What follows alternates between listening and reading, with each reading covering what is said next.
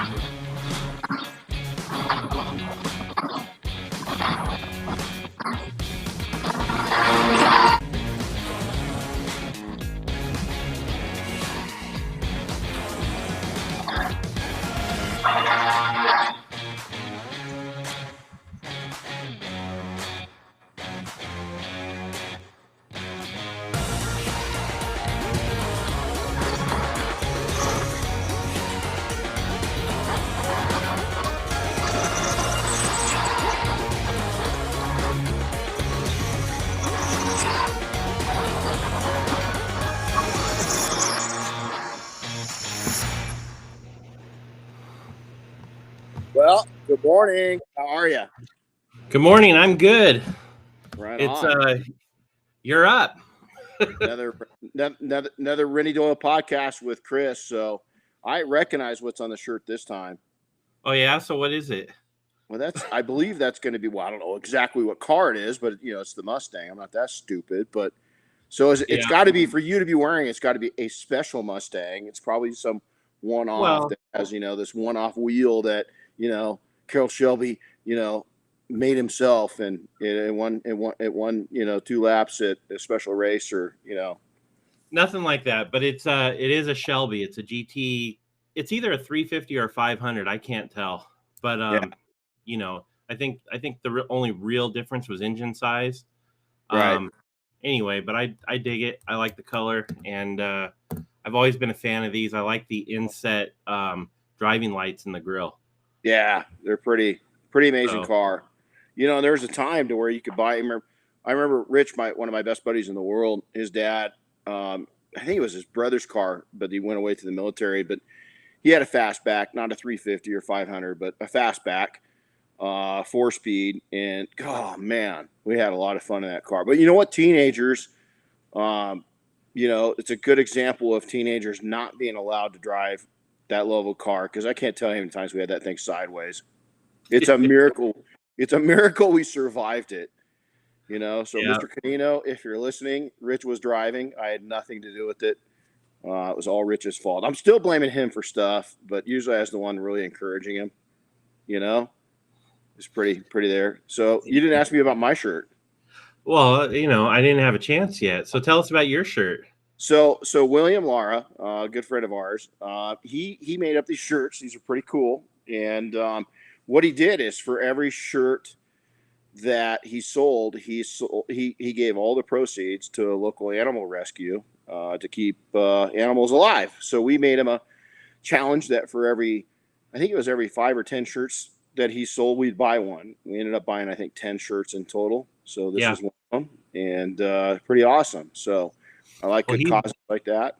He's on this morning. He asked if you were wearing Louis Vuitton. Yeah. So. Yep. Look at that. I am. That's my cologne, of choice. So hey, let's talk about risk. What we're going to talk about this morning a little bit, and we'll jump into some other small talk. But risk. We think about risk as leading up to when we start our business or expand our business, but really, when we launch our business, it's not just the struggle days. It's not just, you're going to face risk the whole way through. Matter of fact, as you get more mature within your business abilities, and your spidery sense kind of builds up, is that you'll take more risk, but they're calculated risk and they're really educated risk. And I actually look for those risks. And at this stage of in my life and my career, is it's fun. So some of your biggest risk will come days, months, and years, decades after you actually launch your business. But I remember those first. I remember the first time I pulled the trigger on completely, like my first business. I worked my way into it, and I didn't know any better because I'd never, like, I had jobs. I sold tickets at a go-kart track. I worked on the go-karts. I watered trees. I did all these different things. I worked at Carl's Jr., a fast food place out west for like 10 minutes. Yeah, for the people on the East Coast, that's the same as what do they call it? Hardee's. Hardee's, yeah, Hardee's. That didn't go over too well. I was a happy kid, but it's just fast food kind of. I was always bored, and so. But matter of fact, Rich, my buddy, and a bunch of friends came through the drive-through. My manager had just gone on break, and so I heard their order come through. So I went back there and squeezed into the line, and put like 7 patties on each of their burgers, and so she came back out surprisingly and picked up the bag, looked at the order and what they're paying for, and then kind of weighed it, and it didn't add up. It's that they'd probably bought about a pound of food, and there's probably 14 pounds of hamburger meat, on their burgers. So she gave me an exit strategy. Basically, fast food's not for you, so probably best to quit. But we could fire you. She liked me. Pretty cool because she gave me a donation for football the next year. I kept in contact with her, and but anyway, risk goes all the way through. But so this last weekend we had a 1-day extreme course here in Big Bear. We had to put it off just because of an event within our family, so we had to delay it a couple weeks. Busy day, great group, wasn't it? Yeah, we had a good group. It wasn't a crazy large class, but we had 8 solid students, and it was a good group. They had fun together. Yeah, we had fun with them. Yeah, we usually like to go about 10 or 12. We've gone as big as a group of 14. We just bring in more instructors. But this was a great group, good people. And so we swirl salt truck. We got all the wrap off of it, so it's officially for sale. We've had a lot of inquiries so far, and see what tire. I'm not in a hurry to sell it. Had some stupid, ridiculous offers, like always, And then our new truck, we got a lot going with it. Last week was a big week for it, so we'll kind of go in later to what we're going to do, and we'll do a video and kind of show off, what the new shop truck is, and then we're not going to leave it alone. We got to mod it, right? Yeah. So, well, it'll be pretty cool though. It'll be very cool. Well, and part of it too is our whole dream of there's something going on that you haven't even heard yet. That's going down tomorrow. That part of our nonprofit that we're starting. So we're taking a big step on that. We had an opportunity come up, so I've got to run up to Northern California tomorrow and get something secured for the nonprofit. So the nonprofit's coming together. Next week we host a 5-day extreme class. So I'm excited to meet everybody and get that going. So yeah, I had a rare opportunity this weekend. I had cigars with good friends of mine here at the shop. They came by and we talked detailing, talked cars, and these guys. So the Tombstone, the movie. Yeah. So yeah, the who's in that? I can't remember the actor. Oh, come on, you got to know that. Kurt Russell's in there, right? Yeah. Did you know everybody's always had it wrong? It's not "I'll be your Huckleberry." It's "I'll be your Hucklebearer." Really? The Hucklebearer was the handles on the coffin, meaning "I'll be your Hucklebearer. I'll carry you to the damn grave." Huh. Yeah, go back and re-listen to it. Yeah, it's not Huckleberry. Everybody's got it. It's Hucklebearer. And I'm probably saying it all screwed up because I talk funny anyway. So, but the Winehammers are basically. I basically had cigars with Wyatt, Virgil, and Morgan Earp. These guys in San Bernardino County Sheriff's Department, these guys are like it. I mean, there's generational. I don't even know how many damn cops they got in their damn family with San Bernardino County, but they're good friends of mine, and it was cool to father and son, and see them over here, Jim and Travis, and just have cigars with good friends, you know. And Well, that's cool. yeah, Speaking of father and son, for our 5-day training next week, we have a father and son coming out. yeah, it's pretty cool, isn't it? So, Yeah, it's going to be good. So here we go. So just do it. You know, a lot of times when we're talking about risk, a lot of times in business, it's something associated with us and kind of slowing things down. But here's the deal: is that do it smartly and do it with good theory. Is so many people don't have any solid theory, you know, and I always say that our group's gotten to the point to where, you know, the people that we rub elbows with is, I won't say there's no theories, but there's not a lot, unless it's new terrain. Unless it's, you know, when software came in, we didn't have a lot of built up knowledge. We had to learn, but now there's no theories, you know, on how software works for your company. So, you know, make sure that you know, that you don't have any wild theories. And if you don't have enough data, is owning that. So, but before we do, Diane, we've got some good news from P&S. He's been there for a while, but Ian, with P&S Products, he's jumped in. And Ian's a good guy. We've spent a lot of time with him now. He came to our 5-day advance. He was up in Monterey with us. But Ian's a young guy, and he's been working on our website, you know, and dialing it in. But he's really customer service. He's really working his way into really being a huge part of our culture and communications with customers. So as you guys deal with P&S, as Ian's new one, you're going to see more and more of his face. We're going to bring him into social media and get him on too, because he's a serious. Him and Chris geek out together on cars. yeah, Ian. His name's Ian Belcher. He's fresh out of college, and he's a smart guy. And he came to our 5-day training with us, so he's getting well educated on detailing, and he's kind of heading up all the online kind of behind the scenes stuff. Yeah, for P&S. But we're going to get him out. He's too cute not to get out mainstream, you know. And so we got to get him out. We're going to get him involved, and he knows too much about cars. You know, well, I mean, let's be honest. He's like a mini Bob. He is. He's like a mini Bob. You know, it's and that's, you know, let's yeah, that says a lot. You know, that says a lot. He is pretty. So hey, let's Chris, let's go into to some risk. We've all faced risk, right? And at different points, and so. One of the things I'm always asked is, you know, what's some of the risks that I fear? And, you know, mine's more at a level of like losing people. Something happened to one of my kids, you know, Diane, you know, I lost my mom. That was one of my biggest fears in life. The two biggest fears as a kid was losing my grandma or my mom. And it happened, you know, I mean, it's going to happen, right? I mean, it's the process of life. Yep. And I'll tell you, it was just as bad as I imagined it would be, you know? And so losing somebody is, and then believe it or not, letting other people down. I hate the fact that, you know, in this day and age, my schedule's gotten pretty tight and there's just so many. I would have never guessed, you know, Bob Phillips and I, we talk all the time about this. I would have never guessed that we have so many things coming at us on an average day at just warp speed. And so I hate, you know, feeling like I left somebody down, and then leaving somebody behind. This has only happened to me really once, and it sucked.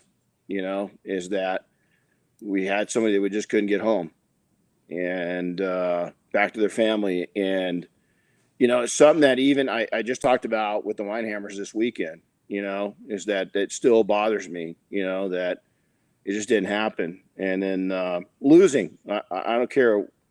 I'm super competitive, and I don't like second place. I don't like, and if I am going to come in second place or third place or last place, I'm going to learn from it, but it's my fuel for whatever comes up next. Does that make sense?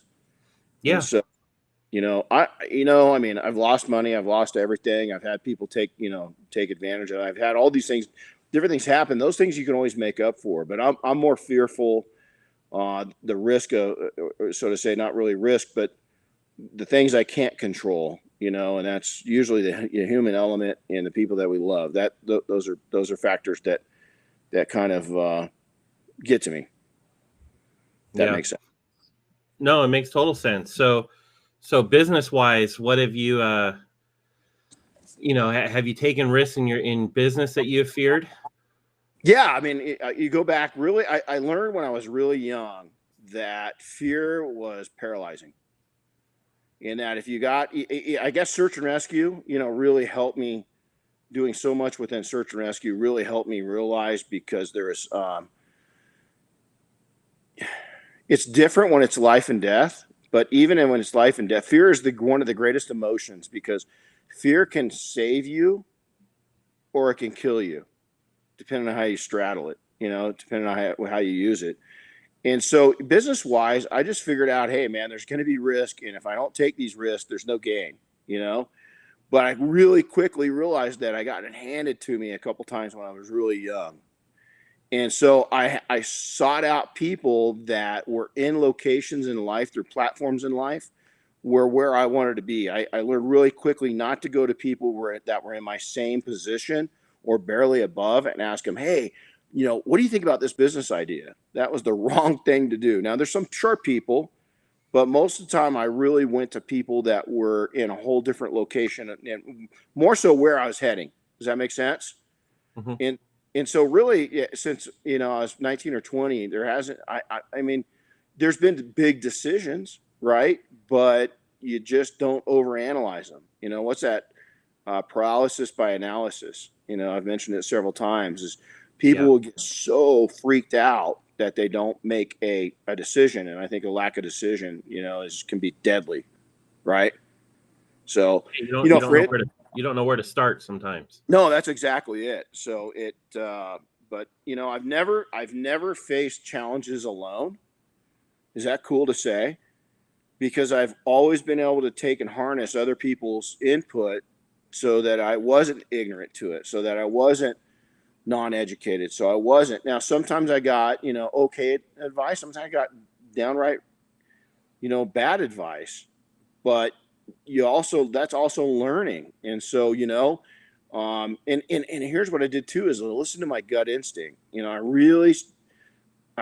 My gut instinct and my heart, when you combine those two, and smarts and getting intelligence from other people that have been there, done that, it hasn't served me too bad. It really hasn't. When I've gone off of 100% emotion, that's when I've gotten in trouble. That's what's brought me the most problem within it, was when I went after, when it was ignorance, when it was just purely ignorance. Does that make sense? Yeah. Well, expand on that a little bit. What do you mean by ignorance? So, like, okay, for instance, when I was young, even like, one of the things when I was like 20 or 21 is we jumped back into, the automotive industry, and I started window tinting. Window tinting was popping off, and I signed my first lease. Well, I didn't know anything about leases, and I signed a horrible lease. It was a triple net lease. I had all these pass-throughs, and I made it through it. But, when we renewed, I didn't go triple net. I stayed away from it. I had learned, and I went to my neighbors, Walt Monique, matter of fact, that were right across. They had a pasta manufacturing company, believe it or not, and became really close friends with him. And I went over and talked to Walt about the lease, and he was he was sat there. He's like, "Really, you signed this? I mean, really?" But again, what I should have done is gone in and asked somebody, beforehand, not afterhand. So that was a rough, I can't remember if it was a 1 or 2 year lease, but it was, I don't think it was 3. I think it was 1 or 2. But I was able to rectify that. But it was ignorance. It was ignorance and passion on fire. I just wanted into the shop so bad, right, that I signed on the dotted line, and I didn't think it all the way through, and it ended up costing me, at least a third more than I should have been paying. Does that make sense? Yeah. Well, I was watching something over the weekend, and I won't get into what it was, because that's a big rabbit hole. But one of the points in it was emotion. That learning to separate that emotion from your decisions can go a long way. And Boy. And when that emotion is mixed in there too much, you could potentially be creating more risk.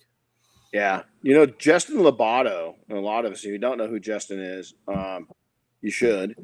And then And then Justin's a really wise young man, and he has this thing, and he said, I heard him say it years ago, is that remove the emotion out of business. Is that you've got to take the friendship part out, and remember that there's a time that there's the friendship, and there's the time that there's the business side.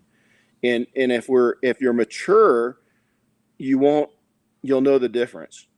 And boy, if that doesn't hit it, Chris, is the emotional side of it, and risk when you're getting in there, again, kind of ignorance, emotions, all these different things play such a part of it, because we're so excited about things, but that excitement needs to be calmed, and if you don't have the smarts, because boy, I certainly didn't, when I signed that lease, and there's been other things I've had to learn a tough lesson on. My point is, people will say, well, you learn that lesson by going through it. Well, yeah, but why do you have to go through it? That's what I'm saying, is that you want to warp speed through some of these issues by having people that have got more experience that can give you knowledge, and they're out there. They're out there. But there's also people that will strip you down, and want to kind of see you fail and give you bad intel, and so you got to really, again, your spidery senses, you've got to be able to kind of tell the difference. But yeah, it's a great point with emotions. So I never stop thinking about what makes us better, stronger, and wealthier. I mean, never. I'm constantly coming up with ideas, and a lot of them involve some level of risk. There's a risk at everything. There's a cause and effect to everything. But I never stop thinking about that. Now, do we take massive, huge? No, man, we're not going to take anything that's going to, we're not going to roll the dice and bet the farm on it, so to say. But we're constantly, and Chris and I talk about it all the time. Bob and I talk about it all the time. People in our group talk about it all the time. We've got right that it's calculated though. And then what keeps me taking aim at risk and winning is my risk outside of business. Is that I really believe when I'm stressed, is I'll go do something that's a little not safe. Yeah. I'll go for a hardcore hike on the mountain behind us. I'll take my motorcycle out. Not that I'm risking it when I'm on my trail bike, but a lot of people just live on couches, and they don't take any. And I go out. Mother Nature is an equalizer, and it might be that you go to the gym and you lift. It's a challenge. It might be that you play chess, to get away. But you've got to go out. I honestly think that if you're not taking and filling your mind and your heart and your lungs up with excitement and adrenaline, if you don't get that blood pumping, well, then when risk arrive in business, you're not going to be prepared for it. Is usually once a year I jump out of an airplane. It's usually really close to my birthday, and I every time I do it, I hit the ground, and it feels good to be alive. Because you just jumped out of a damn airplane. Yeah, and you didn't go splat. Yeah, and didn't go splat. You didn't. Yeah, everything worked as it was supposed to. But I just remember, or I come down like I never forget last fall. I was up on the mountain behind us, and I'd taken this new route. And there's hundreds and hundreds. I could live another 100 years, and I could not take the same route down. Well, I was coming back down. I took a new route that I'd never been on, and I got to this 30-foot cliff, and I couldn't go anywhere. And I was like, okay, well, I really don't feel like going up another 100 meters, and changing it. So I got to find a way around it. And it was so annoying. I felt so good when I'd found the route down. And, it was like a jigsaw puzzle. I had to put it together, and, I was cut up a little bit. My hands were cut, and, I was dirty, and it just felt good. It felt good. So that kind of keeps me taking aim at risk. And, I love when I say, I just saw it again, is a 90-year-old Korean war vet, 101st Airborne, just jumped out of an airplane, at 90. And I'm like, man, that dude's getting it, I mean, a lot of 90-year-olds are, most people aren't alive when they're 90. Most of us are going to die before that time, But here's the 90-year-old that made it through war, served our country. God knows what he faced, came home and faced life struggles. And when most people are, have a drool cup below their mouth, this dude's jumping out of a damn airplane. I mean, I just think that's I just think that's rad. I think it's pretty cool, that somebody's doing that. So, Well, I actually saw a news story the other day about 101-year-old. I yeah, can't remember which, but he jumped out of D-Day Doll, that yeah, C-53 cargo yeah, or troop transporter. yeah. So Was that cool or what? it was very cool. I mean, good for him. I wouldn't do it. I'm not jumping out of anything.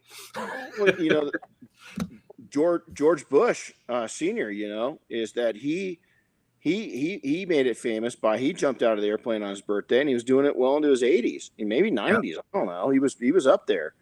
So I just think that when you look at people that, matter of fact, even in our current times, you look at some of the not so distant millionaires and billionaires and all this stuff, and they're risk takers. They're up in airplanes. They're going up in space. They're doing these different things, and they're kind of hanging it out there, and they don't need to. But that's what you don't get. That's what I think that just prepares you for challenges and opens you up and helps you realize that just shit's not that tough in business.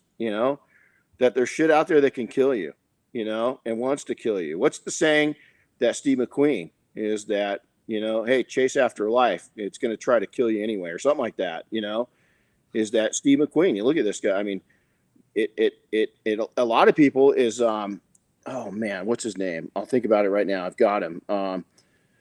Miracle on Jimmy Stewart. Oh yeah. Okay? He was an accomplished pilot in the military. A lot of people don't realize that. And during World War II, he became, a pilot and flew. I mean, he flew missions. A lot of people don't realize this, but during the Vietnam conflict, the studios locked down to where he couldn't do anything combat related.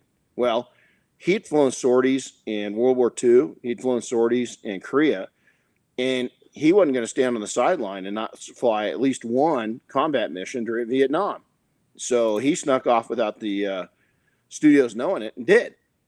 He flew a combat mission, and they found out about it. And they say, if you do it again, we're gonna cancel your contract. And I believe that he didn't do it again. But again, here's a guy that probably at this time he's probably chasing 60, and he's going up and putting himself in harm's way. And I don't know. I kind of dig it. Kind of dig it. Is it crazy? That's why I dig it. You want to know what's cool? I just looked it up while we were sitting here. He did that in a B-52. Yeah, check that out. Check that out. So it's so let's, you know what? I forgot. I want to tell you guys, I just posted it, matter of fact. Let's go back over. Let me find it. Is that I put something on here, and maybe I'm not to it yet, but I put something on the notes. And so many of us, I know people that are listening to this right now have got their day jobs. And I remember, I didn't have a lot of jobs. I've been self-employed most of my life, but I did have a couple of really good jobs. But even those jobs, there's a point where I just wanted to get out. I just wanted to get out. And there's a saying, and I believe it's job stands for just over broke. And it's not necessarily talking about money. It's the mentality, is that I know a lot of people that have had careers and they loved them, and they went through it, and that wasn't me, and it wasn't that I made good money, but I felt mentally broke, and so to jump up and take the risk and to go into business is, again, calculated. And that's what we're talking about now. So let's talk about risk equals loss in many minds. Well, in successful people's minds is risk is opportunity.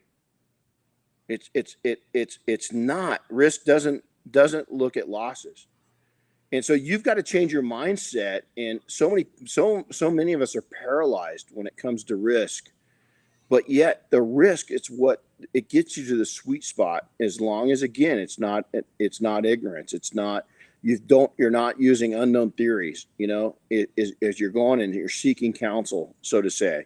But I want to read that again. Risk equals loss in most minds. In successful entrepreneurs, risk equals opportunity. Now, I'll tell you, I'll come to our team with 10 ideas, and 8 of them don't stick because they're just ideas. But you've got to look at all these things to really grasp the true opportunity that you have before you. And many people don't look at it. They'll get into one thing, they'll get past that risk, they'll take a jump, but then they go stale for years. Well, you can't, man. You got to constantly be moving forward, and you got to constantly be looking for another opportunity, and you constantly got to keep your mind fresh. And that's where a lot of people don't do, is they just don't keep you go stale so quickly, and you can't do that. So let's talk about calculated risk versus ignorance on fire. Realize what you know and what you don't know. There's the very first thing that I look at. When I'm looking at a risk, how much information do I have on this topic? I already used a lease. That was one of the biggest blunders I made. I didn't know anybody at that point. I didn't think I did. I did have plenty of people that had done leases before. I just didn't think about it in that way. They had bigger companies. They had this. Well, you know what? They would have understood it perfectly, and I didn't go to them because I was a little ignorant to it. Another one is financials. A lot of us don't know financials, and I want you guys to write this down, burn it in your head, take note of it, whatever it is. CPA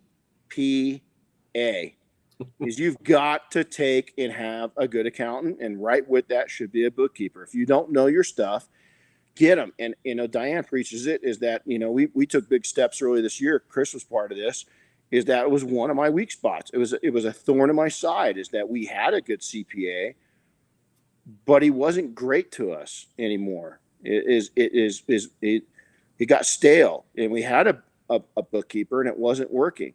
Well, now our new CPA and our bookkeepers are financial advisors. Now, they report all of our earnings and everything else. Everything goes to our CPA every month, but they go through and they set us up in our ledger and everything else. But not just that, they're advising us what to do, advising us how to save on paying taxes. They're advising us how to spend our money before tax dollars, where to put it and everything else. And so that's really important that you have that. Hiring. Yep. Hiring is another one. This is a fine example where it's risk. Out of all the risk we're talking about, that one should spook you the most, because here's why. It's another person's livelihood.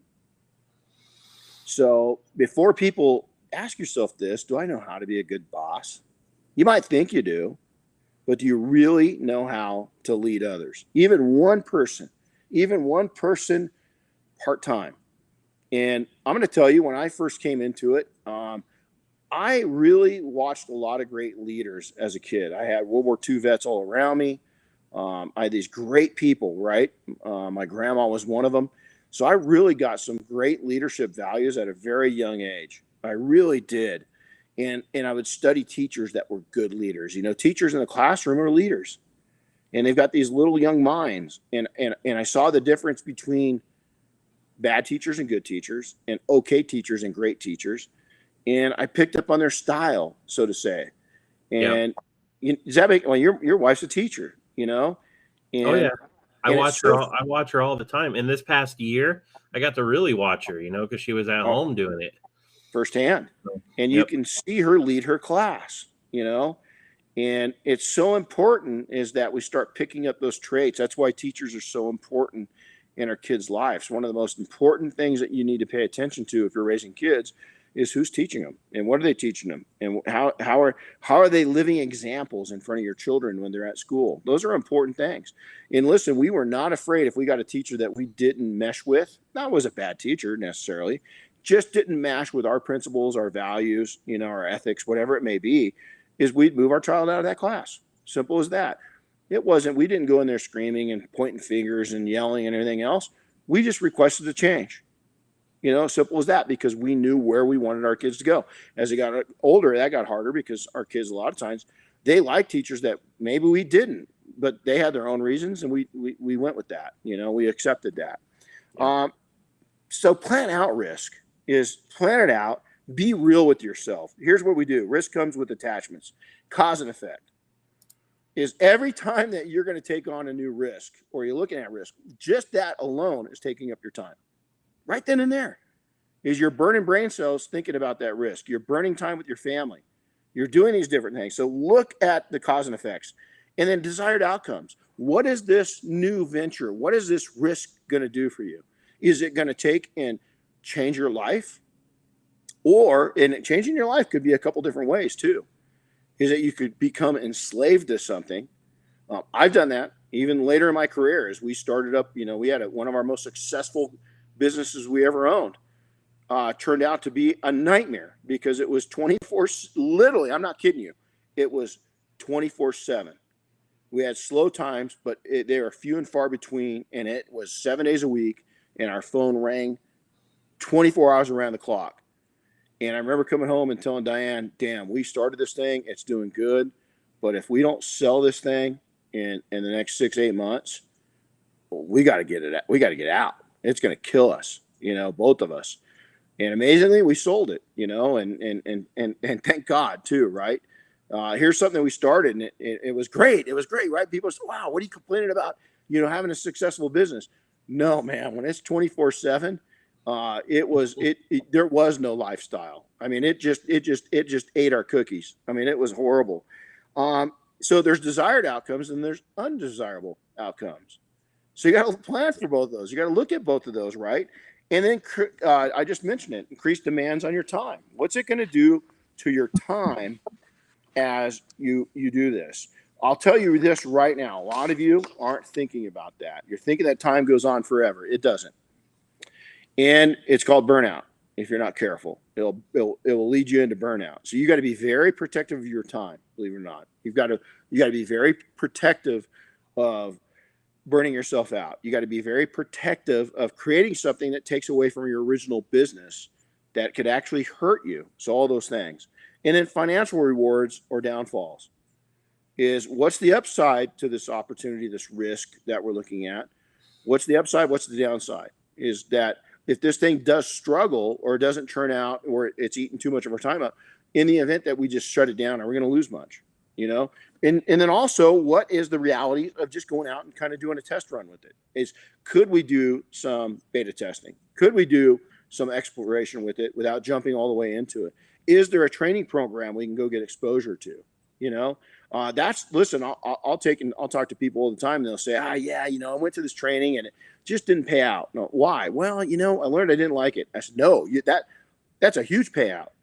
The fact that you learned you didn't like it and all you invested in was training, good. That's excellent. Yeah. You just saved yourself a lot of troubles. So, hey, takeaways before we go on. We're gonna make some impact here in a second, but before we do, let's talk about this right here, sitting here, paint prep.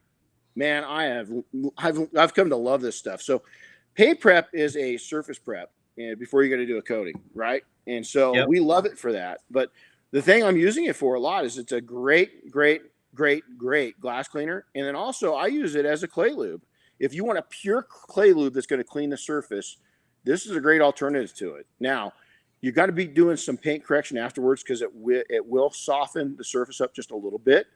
But if you want it cleansed really deep, this is the way to go. One little hint. So I see your bottle. I love this stuff. I keep a bottle at my desk, but you can see my bottle is less than half full right now. Oh yeah. It's amazing. I'm not kidding you. I'll go in after this and I'll post a picture up. There's a bottle of mine underneath my sink in my bathroom. I clean my sink with it, the glass, the shower, everything else. It just do quick wipe downs with it. It's an incredible cleaner and it smells good. It smells really good. Makes you feel like you just cleaned something, like it's not there. But, I've really turned in when I'm going purist on my claying to use it. It's pretty incredible. And it doesn't soften, the clear's not a good analysis, but it's definitely going to take and be more aggressive as a clay lube, but you're going to get stuff. It's clean. It's really clean. And it's a great alternative. I learned that from the Germans when I did a lot of work with Sonex. Great product company too. Hey, by the way, we just got some new Sonex. Oh, did it show up? Goodies. Yeah, we got some new Sonex goodies. So that's cool. But I was, they came over, the Germans came over and put a class on for us, and they used their equivalent to this product as a clay lube. So they're the first ones to teach me. And then I went to Germany, and a lot of the guys over there and gals are using that same technique because it just cleans it so good. So there's paint prep. That's our product of the podcast. So let's jump into this. Let's make some impact, shall we? Yeah. Zach, when facing risk today, I asked some simple questions. Seriously. So how well versed am I within the opportunity? So first thing I do, be honest with yourself. Demands on my time. Is it going to take away from how I make a living? And if so, is the calculated risk worth it? You really got to ask yourself that. Upside and downsides, what's going to be the good, the bad, and the ugly, just in case, and the cause and effects. Now, I also take and I look at capital investments. What capital is it going to take? And am I going to miss that money if it goes away? Got to ask that. Again, don't bet the farm. Return on investment. Am I going to get a return out? How long is it going to take me? What's that going to look like? How losing that capital would affect our business, how it affect our staff, how it affect my family, how it affect me. In the event that it doesn't turn out as we thought, what's that going to feel like? And then exit. What's this do to my company to add value to it? Is that, or in the event that it blossoms, I told you about our one company that we did, it blossomed. Well, we always had in the back of our minds to keep really good books so we could sell the company. And that's exactly what we did. And when we had the first people that come in ended up buying it, we had really, really good books. We had really good tracking on our customers. We could show everything in detail. And this was long ago to where it wasn't hard, but today it's a lot easier. There's a lot of software that makes doing that pretty dang simple. And the next, get feedback from those who count. Okay. When you're going in and you're looking at a risk, is my mentors. First place I go to, people I really trust with wisdom, is I'm going to go to them. My team, I'm going to go to them. I'm going to get input from them. And then my family, is because I want to give them the good, the bad, and the ugly on how this is going to roll and what it's going to look like and what the cause and effect is. There's a cause and effect to everything. Don't get feedback from the following: is people who have a job, and again, just over broke. And I'm not saying that people have a job, it's not bad. There's a lot of good people that have good careers. But until you own a small service company, you're probably not going to totally get it. You might have an MBA and you might work with IBM. But until you run a small company with the demands of a small company, and you start out as a one-person operator, you're not going to understand the demand. So it's not a jab at people that have got a job. And again, just over broke doesn't mean, I'm not talking about financially. I'm talking when you put years into the seat in a company, from my experience, this is from my experience only, is this a soul sucker. It's slowly but surely you start giving away pieces of your soul, And I really felt that when I was in corporate America, it was a short, 5 years of my life, that if I stayed any longer, I was going to sign the deal with the devil. That I was going to be so in and committed that I couldn't turn back and get out of it. I'd have to do my 20 or 25 to make it reasonable. And I didn't want to be in that position. And then those that aren't where you want to be, is that you've got to look ahead and get input from people that you appreciate their position in life. Now, you need to truly know it, because some people will project they've got the Porsches, they've got this, they've got the fancy houses, they've got debt and stress and a failing marriage and kids that hate them, their dog bites them, all these things going on in the background, but on Facebook they look pretty badass. You need to have relationships to where you know the facts about these people that are giving you intelligent input. Is it intelligent or is it ego? You got to ask yourself that too. And it's pretty easy to see once you dive into the weeds a little bit and you get down. You'll notice those people right off the bat. Looking back at all this stuff you just talked about, the demands on time, the upsides and downsides, cause and effects, all that stuff. That's what, we've unfortunately seen a lot of companies have to make the tough decision to back out of SEMA. Yeah. And, all this is part of the process that I guarantee you they all went through in making that decision. It was a tough choice for them. Boy, I'll tell you, that's a great analogy and a way to look at it, because how many discussions have we had, as a team, yep. That same topic? And it's risk versus reward. It's return on investment. It's passion. SEMA is, for so many of us, it's more than a trade show, and I tell people that, but my friends, the Earp family that was here this weekend, the Winehammers, is, they're totally into SEMA, and they've never been. And, they're Jim's gotten into the car gig, right? And so to go and see it, this is going to be their first year, so for people that are outside of our world looking in, it's that big of a deal, and for us that are in there, some of us don't realize just how cool it is.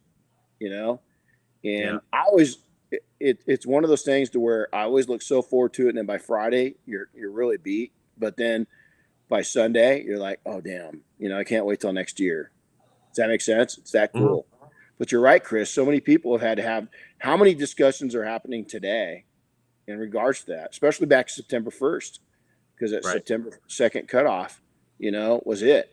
How many discussions happened at businesses all across the country of, their decision to go or not go to SEMA? How many of those discussions has SEMA had? I mean, I guarantee you the pressure cooker at the SEMA headquarters is pretty intense right now. They're not taking this thing lightly, and I'm sure it's heavy on their minds, and it should be. There's some serious consequences to the actions. Does that make sense? So, yeah, either way. Good point. Either way. So, hey, I understand that there's something you like to say when you've loaded rescued people onto a helicopter. So, it's unfortunately when we get people, when we go out with the rescue units, and the number of times I've brought people into the helicopters are, people are scared, man. It's a big machine, and if you've never been in a helicopter, especially when it's in a full hover and it's coming up, and they're bringing you up either, via hoist, or they just did a one skid and we're putting you in there. It's a scary experience because that thing is throttled up pretty high. A lot of vibrations, a lot of noise. You might be a lot of wind. You might be slightly injured. I mean, it's a different smell. There's strangers up there trying to help you, and I just tell them, hey, stop screaming. I'm scared too. We're all scared. And so it's what you do with that fear and that risk and everything else. We're taking a risk. A buddy of mine is an air medic here in San Diego County, and he was recently in an event to where they lost an engine, and they had to do an emergency landing. Everything turned out great pilot, great crew. But unfortunately it was probably his first dozen ride outs. And so, he got the adventure of a lifetime that a lot of us have. I've been in some near misses, to where we've had mechanicals and stuff. And I honestly, there's been 2 times in the air to where I thought, well, this is it. Take in the beautiful mountains, say a prayer, because this is how it's going down. And, by God's grace, we, something figured out. We were able to make it. Great pilots and great situations, and we were just put in the right place, and it wasn't our time, thank God. And we moved on. But there's been 3 times in my life to where I thought, oh shit, it's over. This is how it ends. One of them was a flash of a second, and literally it was one of those things when it happened, as I went, and I was like checking to see if I was in heaven. I was like, am I dead or did I make it? And yeah, it was pretty amazing. So we all have fear of taking on risk. It's how we manage that fear. Fear is a great emotion. You just got to control it. And when it comes down to risk, that's the emotion it starts to produce, is fear. We get fearful. Let that emotion ride. Learn how to take and use it as your fuel. And I hate to say this, stop, drop, and roll. It's a saying I say often. Stop dwelling on it. Okay. Drop. Sleep on it for a night, sleep on it for a week, sleep on it for a month. And then once you take and the action you need to take is roll hard, and don't stop. Don't look back, go forward. And if you succeed, which you probably will, man, how cool is that? And if you don't, well, it's a learning experience. It's not a failure. It's not a failure at all. It's a learning expense. Well, expense too, but it's an experience. And you're going to take and come out of it a much smarter person than you were before you did the risk. So, all right. So, Chris, anything else you want to add? Oh, I think you covered it. I'm good. Cool. Well, that was fun. So, well, I will take. We got so many cool updates that you guys are going to see some things going. The truck, the new shop truck. We're working. Pretty excited to work with Icon Suspension on that. So they've reached out to us. Pretty cool. Oh, And hey, I got one thing to add real quick. If you're in SoCal and you're a detailer, come on out to Oscar Hernandez at 805 Detail Shop in Ventura County is having a IDA meet and greet this Friday from like 4 to 7. Chris, you're going to be there, right? I'm going to be there. I'm pretty sure you're going to be there. I'm going to be there. Diane's going to be there. Kyle's going to be there. I know there's some people even coming from out of state for it too. Oh yeah. So you know what? Be there or be square. Be square. God, I'm a geek. I love it. Yeah. So yeah, that's a great one. And Oscar's a great guy, and we can't wait to get up there and we'll share. We got so many cool things I want to share with you guys, but not yet. Not yet. We got to. I had a call. I'm not going to say by who yesterday, but Chris, after I couldn't sleep last night, man. Yeah. Yeah, and I talked to Kyle, and Kyle's like, "Are you shitting me?" And I was like, "Yeah." And he's like, "Dude, you know what that means?" Well, then he hyped me so damn up that I couldn't sleep. Oh, I was on the phone with him, and I told him, and he's like, "All right, I got to call Renny right away." Oh, he did, and then I got because it set in. I knew who I talked to, and it was like, "Oh, that was pretty cool." That was way cool. But I'm not going to say it because I don't want to put him in a bad spot to where. And there's a reason why you pay to play. Yeah. You pay to play, and so I don't want to set up the tempo for people. But it was pretty. He's a younger dude. He's younger than me. He's not young, but he's younger-ish. But it's somebody I really literally look up to. I mean, literally. But it was pretty freaking badass, and I got a lot of work to do. I've got some risk. Well, look at that little lesson right there, though, right? Like, it doesn't matter who you are, who you're mentoring, or who you're just friends with. Making a phone call out of the blue to somebody makes a big impact on them. Oh man, that was just I mean, that within itself was a lesson. I mean, it was just pretty incredible. To think that I got a little bit of time with this individual, and I was like, But then thanks, Kyle, because I couldn't sleep last night after he called me, and he's like, God, did you realize when? I was like, no, I didn't realize that. Didn't think of it that way. So he gets out the phone. I'm like, well, great. Now I'm not going to sleep. And so I finished the notes to this, and man, it was just incredible. But we got a lot of fun things, and I shared those things with him, and he pumped me up even more at this individual. And I think we're going to have a new YouTube channel and social media platform coming out that's going to support some of what we're doing with the truck, with the lifestyle, with the whole nonprofit that we're going into. Is that I think there's a lot of fun adventure coming our way. And I'm excited to share it with other people. And Chris is going to be part of that too. He gets to go out and do some new ventures that he's never done before. So we're gonna put you into some new elements of, not really uncomfort. We're not going to go out, and although I would like you to go, jump out of the plane with me for my birthday. Nope. Would you do that with me? Nope. But I will go there, and I'll support you, and I'll watch you do it. But I will not do it myself. Will you get in the tunnel and do it? You mean like the fake things? Yeah. I don't know. That's a good question too. We can start out with that. You know what, dude? That's going to be it. So, well, hey, thanks for tuning in. Again, we want to thank P&S Products for doing it. All our sponsors. We got some great people who've got tools behind us. We got Rupes, we got Flex, we got so many people. Sonex just sent us out some great stuff for the training center, and we got so many great people that are involved in. But we, P&S is the people that make this happen for us. So reach out and tell them thank you. And again, hey, stop looking at risk as it's big and scary. Is look at it for face value and enjoy the moment. You've got the opportunity to take a risk. How cool is that? So, all right, guys. Chris, we'll talk to you soon. I am going to have some coffee right now. I'm going to go make some pressed coffee. So, all right, man. Take care, everybody. God bless. We'll see you soon. Yep. See you.